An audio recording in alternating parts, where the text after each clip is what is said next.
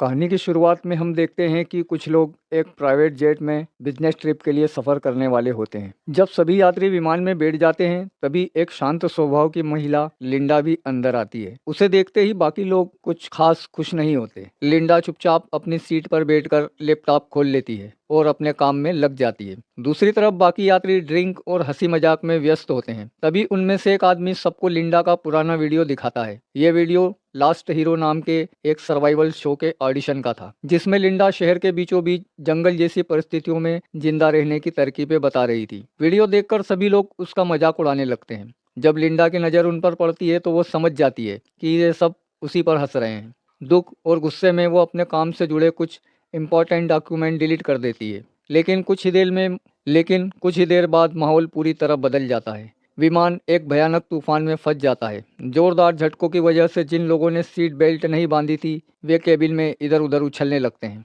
तभी विमान के एक इंजन में आग लग जाती है और पूरा जहाज टूटने लगता है। केबिन में प्रेशर खत्म होते ही एक आदमी सीधे बाहर की तरफ खींच जाता है। वो लिंडा को पकड़ लेता है। लिंडा उसकी मदद करने की कोशिश करती है, लेकिन वो अपनी जान बचाने के लिए लिंडा को ही बाहर खींचने लगता है। तभी एक और आदमी उड़ता हुआ उसकी टांग पकड़ लेता है। जब वो आदमी लिंडा का गला दबाने लगता है तो लिंडा अपने बचाव में एक नुकीली चीज उसके हाथ में घोंप देती है। दोनों आदमी विमान से बाहर गिर जाते हैं। लिंडा देखती है कि उनमें से एक आदमी रस्सी में फंस गया है और उसका चेहरा बार बार विमान की खिड़की से टकरा रहा है। यह भयानक दृश्य देखकर वो खिड़की का पर्दा बंद कर देती है। कुछ ही क्षणों बाद विमान समुद्र में गिर जाता है। पानी तेजी से अंदर भरने लगता है। लिंडा हिम्मत करके सीट बेल्ट खोलती है और डूबते हुए विमान से बाहर निकल आती है। तूफानी लहरों के बीच उसे दूर एक टापू दिखाई देता है। वो पूरी ताकत से उसकी तरफ तैरने लगती है। कई घंटों बाद जब उसे होश आता है तो वो खुद को एक वीरान टापू के किनारे पाती है। आसपास का मुआयना करते हुए उसे विमान दुर्घटना का एक और जीवित बचा व्यक्ति दिखाई देता है। ये और कोई नहीं बल्कि ब्रैडली प्रेस्टन था, वही अमीर और घमंडी आदमी जो पूरे सफर में उसका मजाक उड़ा रहा था। ब्रैडली घायल और बेहोश था। लिंडा अपनी सर्वाइवल स्किल का इस्तेमाल करते हुए उसके लिए पत्तों और लकड़ियों से एक छोटा सा आश्रय बनाती है। वह बारिश का पानी इकट्ठा करने का इंतजाम करती है और नारियल के खोलों में पानी जमा करती है। जब ब्रैडली को होश आता है तो लिंडा उसे बताती है कि शायद वो दोनों ही इस दुर्घटना के एकमात्र जीवित बचे लोग हैं। इसके बाद वो आग जलाकर मछली पकाती है और उसे खाने के लिए देती है। लेकिन ब्रैडली का अहंकार अभी भी कम नहीं हुआ था। वो साधारण मछली देखकर ऐसे मुंह बनाता है जैसे किसी 5 स्टार होटल का खाना मिस कर रहा हो। शाम को समुद्र के किनारे बैठी लिंडा काफ़ी खुश नजर आती है। शायद पहली बार उसे महसूस हो रहा था कि वो अपनी असली दुनिया में है। वहीं ब्रैडली सिर्फ इस बात का इंतजार कर रहा था कि कोई उन्हें बचाने आए और वो अपनी पुरानी आरामदायक जिंदगी में वापस लौट सके। लेकिन उन्हें नहीं पता था कि ये टापू उनके जीवन को हमेशा के लिए बदलने वाला था। असल में इस पूरी कहानी की शुरुआत उस विमान दुर्घटना से बहुत पहले हो चुकी थी। लिंडा वेस्टर्न कॉरपोरेशन नाम की एक बड़ी कंपनी में काम करती थी। वह बेहद मेहनती, ईमानदार और प्रतिभाशाली कर्मचारी थी। दिन रात मेहनत करके वो कंपनी के लिए शानदार रिपोर्ट और प्रोजेक्ट तैयार करती थी। लेकिन उसकी सबसे बड़ी समस्या यह थी कि वो लोगों से घुलना मिलना नहीं पसंद करती। ऑफिस में ज़्यादातर लोग उसे अजीब समझते थे और उससे दूरी बनाकर रखते थे। कोई उसे ऑफिस के बाद पार्टी या हैंग आउट के लिए नहीं बुलाता था। लिंडा अकेले काम करती थी और अपना ज़्यादा समय अपने केबिन में बिताती थी। उसका बॉस ब्रैडली प्रेस्टन भी उसकी कद्र नहीं करता था। वो अक्सर लिंडा की मेहनत का श्रेय खुद ले लेता था और बड़े अधिकारियों के सामने ऐसे पेश करता था जैसे सारी सफलता उसी की वजह से मिली हो। फिर भी लिंडा उम्मीद नहीं छोड़ती थी। कंपनी के पुराने संस्थापक को हमेशा लगता था कि वाइस प्रेसिडेंट बनने के लिए सबसे बड़ी हकदार लिंडा है। यही वजह थी कि लिंडा को भरोसा था कि जब संस्थापक का बेटा ब्रैडली कंपनी की कमान संभालेगा तो वो उसके काम को पहचान कर उसे प्रमोशन जरूर देगा। एक दिन घर लौटकर लिंडा अपने पालतू तोते से भी यही बात शेयर करती है। उसे पूरा यकीन था कि उसकी मेहनत एक दिन जरूर रंग लाएगी। लेकिन कुछ समय बाद उसकी सारी उम्मीदें टूट जाती है। जब ब्रैडली आधिकारिक रूप से कंपनी का नया प्रमुख बनता है तो वो वाइस प्रेसिडेंट का पद अपने दोस्त डोनोवन को दे देता है। यह सुनकर लिंडा के पैरों तले जमीन खिसक जाती है। वह तुरंत ब्रैडली के पास जाती है और जवाब मांगती है। ब्रैडली उससे कहता है कि वह एक बेहतरीन कर्मचारी है, लेकिन नेतृत्व के लिए सिर्फ दिमाग नहीं बल्कि एक खास तरह की पर्सनालिटी भी चाहिए। कि बिजनेस की दुनिया में केवल अच्छा काम करना काफ़ी नहीं होता, बल्कि खुद को अच्छा दिखाना भी आना चाहिए। लिंडा के लिए यह बहुत बड़ा झटका था। इसके बावजूद ब्रैडली उसे एक आखिरी मौका देता है। वो उसे अपने साथ एक इम्पॉर्टेंट बिजनेस ट्रिप पर ले जाने का फैसला करता है, जहाँ करोड़ों डॉलर की एक बड़ी डील होने वाली थी। असलियत ये थी कि ब्रैडली और डोनोवन दोनों को कंपनी के मुख्य बिजनेस की ज़्यादा समझ नहीं थी। उन्हें पता था कि डील सफल करवाने के लिए उन्हें लिंडा की ज़रूरत पड़ेगी। इसी ट्रिप के दौरान वे सभी उस प्राइवेट जेट में सवार हुए थे, जो बाद में दुर्घटनाग्रस्त हो गया। कहानी फिर वर्तमान में लौटती है। द्वीप पर कई दिन बीत चुके थे। ब्रैडली लगातार इस बात से परेशान था कि लिंडा बचाव के लिए कोई बड़ा सिग्नल क्यों नहीं बना रही। एक दिन वो गुस्से में पूछता है कि आखिर यह रेस्क्यू टीम का ध्यान आकर्षित करने की कोशिश क्यों नहीं कर रही है। लिंडा जवाब देती है कि वो दोनों को जिंदा रखने के इंतजाम करने में व्यस्त थी। अगर वो खाना पानी का इंतजाम न करती तो वे अब तक मर चुके होते। बात धीरे धीरे बहस में बदल जाती है। ब्रैडली फिर अपने पुराने बॉस वाले अंदाज में उससे बातें करने लगता है। आखिरकार परेशान होकर लिंडा अपना सामान उठाती है और उसे अकेला छोड़कर चली जाती है। जैसे जैसे रात होती है, जंगल की अजीब आवाज़ें ब्रैडली को डराने लगती है। पहली बार उसे एहसास होता है कि यहाँ उसका पैसा, रुतबा और पद किसी काम का नहीं है। अगली सुबह लिंडा वापस लौटती है। उसके हाथ में पीने का पानी और एक भाला होता है। वो साफ कहती है कि यह कोई ऑफिस नहीं है। यहाँ किसी की पोस्ट या सोशल स्टेटस मायने नहीं रखता। यहाँ सिर्फ सर्वाइवल स्किल्स की कीमत है। इसके बाद लिंडा भोजन की तलाश में निकल पड़ती है। घने जंगल में काफी देर भटकने के बाद उसे एक जंगली सुअर दिखाई देता है। वो बड़ी चतुराई से एक जाल तैयार करती है और सुअर को उसमें फंसा देती है। लेकिन सुअर आसानी से हार मानने वाला नहीं था। जख्मी होने के बाद भी वो लगातार हमला करता रहता है। काफी संघर्ष के बाद लिंडा अपने भाले से उसे मार गिराती है। पूरी तरह खून से लथपथ लिंडा जब शिकार लेकर कैंप लौटती है तो ब्रैडली हैरान रह जाता है। उस रात दोनों बैठकर सुअर का मांस खाते हैं। धीरे धीरे उनके बीच की दूरी कम होने लगती है। कुछ दिनों बाद टापू की खोज करते हुए लिंडा को एक खूबसूरत झरना मिलता है। कई दिनों की धूल और पसीना धोने के लिए वो वहां नहाने लगती है। उसी समय उसकी नज़र समुद्र में गुजरती एक नाव पर पड़ती है।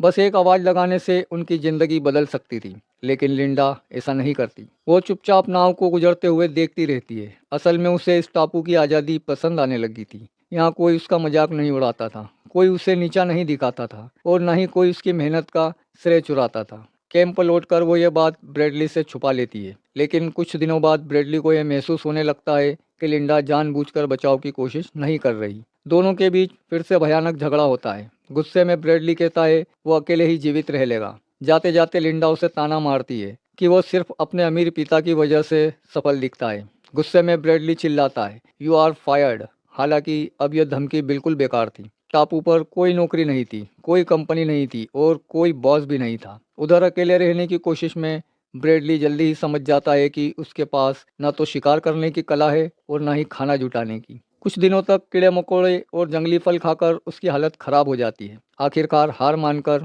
वह वापस लिंडा के पास लौटता है।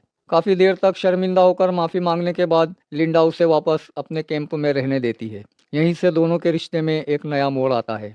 वे साथ मिलकर काम करने लगते हैं, एक दूसरे की मदद करने लगते हैं और धीरे धीरे उनके बीच दोस्ती की शुरुआत होने लगती है। लेकिन उन्हें अंदाजा भी नहीं था कि आगे आने वाले दिनों में ये रिश्ता एक बेहद खतरनाक दिशा में जाने वाला है। समय बीतने के साथ लिंडा और ब्रैडली के बीच दूरियां कम होने लगती है। अब वे सिर्फ एक दूसरे के साथ रहने वाले दो सर्वाइवर नहीं थे, बल्कि धीरे धीरे एक दूसरे को समझने भी लगे थे। एक दिन लिंडा ब्रैडली को टापू के सबसे ऊंचे पहाड़ पर ले जाती है। वहां पहुंचने के लिए उन्हें एक खतरनाक रास्ते से गुजरना पड़ता है, जिसके नीचे गहरी खाई थी। बड़ी मुश्किल से दोनों ऊपर पहुंचते हैं। चोटी से दिखाई देने वाला समुद्र का नज़ारा बेहद खूबसूरत था। वहीं लिंडा ब्रैडली को जंगल में मिलने वाली जहरीली और सुरक्षित बेरीज को पहचान करना सिखाती है। वापस लौटते समय घनी बेलों के बीच से गुजरते हुए अचानक लिंडा का पैर फिसल जाता है और वो खाई की तरफ गिरने लगती है। लेकिन आखिरी समय में ब्रैडली उसका हाथ पकड़कर उसे बचा लेता है।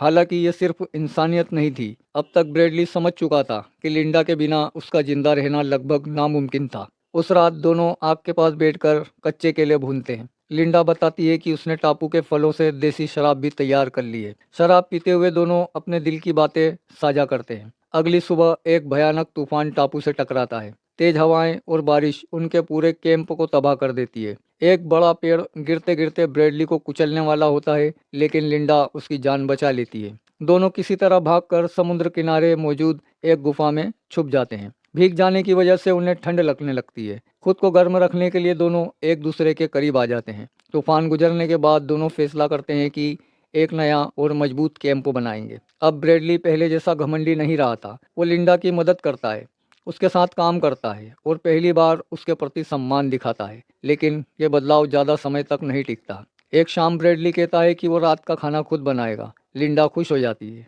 लेकिन उसे नहीं पता था कि उसके पीछे एक खतरनाक साजिश छिपी हुई है। ब्रैडली खाने में जहर मिला देता है। उसका इरादा लिंडा को मारकर सारा सामान और राशन लेकर टापू से भागने का था। खाना खाते ही लिंडा की तबीयत बिगड़ने लगती है। ब्रैडली मौका देखकर अपने बनाए हुए लकड़ी के बेड़े पर बैठकर समुद्र में निकल पड़ता है। लेकिन जिस आदमी को ऑफिस संभालना मुश्किल लगता था, वो समुद्र से कैसे लड़ता। कुछ ही देर में तेज लहरें उसका बेड़ा तोड़ देती है। ब्रैडली डूबने लगता है और जिस महिला को उसने मारने की कोशिश की थी, वही उसकी जान बचाने पहुंच जाती है। जहर के असर के बावजूद लिंडा उसे पानी से बाहर निकालती है और उसकी जान बचा लेती है। इसके बाद वो बदला लेने का फैसला करती है। एक ऑक्टोपस के न्यूरोटॉक्सिन का इस्तेमाल करके वो ब्रैडली को अस्थायी रूप से लकवाग्रस्त कर देती है। अब ब्रैडली सब कुछ देख और सुन सकता था, लेकिन अपने शरीर को हिला नहीं सकता था। लिंडा उसके सामने चाकू लेकर आती है। ब्रैडली डर से कांप उठता है, लेकिन लिंडा उसे नहीं मारती। वह सिर्फ उसके मन में डर बिठा देती है कि इस टापू पर उसकी जिंदगी पूरी तरह लिंडा के हाथ में है। इसके बाद ब्रैडली पूरी तरह बदल जाता है। अब वह लिंडा की हर बात मानने लगता है। कुछ समय बाद कहानी में नया मोड़ आता है। एक दिन लिंडा जंगल में फल तोड़ रही होती है, तभी उसे समुद्र में एक छोटी नाव दिखाई देती है। नाव में ब्रैडली की मंगेतर जूडी मौजूद थी। सरकारी रेस्क्यू टीम खोज बंद कर चुकी थी, लेकिन जूडी अभी भी ब्रैडली को ढूंढ रही थी। लिंडा नाव तक पहुंचती है और जूडी को कैंप तक ले आती है। रास्ते में उससे पता चलता है कि जूडी के साथ कोई बचाव दल नहीं है, बस वह दोनों अकेले आए हैं। यहीं लिंडा के मन में एक खतरनाक आइडिया जन्म लेता है। वो जूडी और उसके साथी को एक खतरनाक पहाड़ी रास्ते पर ले जाती है। चलते चलते जूडी का पैर फिसल जाता है और वह गहरी खाई में गिर जाती है। उसका साथी उसे बचाने की कोशिश करता है, लेकिन वह भी नीचे गिर जाता है। लिंडा चाहती तो दोनों को बचा सकती थी, लेकिन वो सिर्फ खड़ी होकर उन्हें मरते हुए देखती रहती है, क्योंकि अब वो किसी भी कीमत पर इस टापू को छोड़ना नहीं चाहती थी। इन घटनाओं के बाद लिंडा का व्यवहार बदलने लगता है। वो बेचैन और परेशान रहने लगती है। उधर एक दिन ब्रैडली समुद्र किनारे घूम रहा होता है कि उसे रेत में दबी एक लाश मिलती है। जब वो मृत शरीर की उंगली में जूडी की अंगूठी देखता है तो उसके होश उड़ जाते हैं। उसे समझते देर नहीं लगती कि यह सब लिंडा का किया हुआ है। गुस्से में वो कैंप लौटता है और लिंडा से जवाब मांगता है।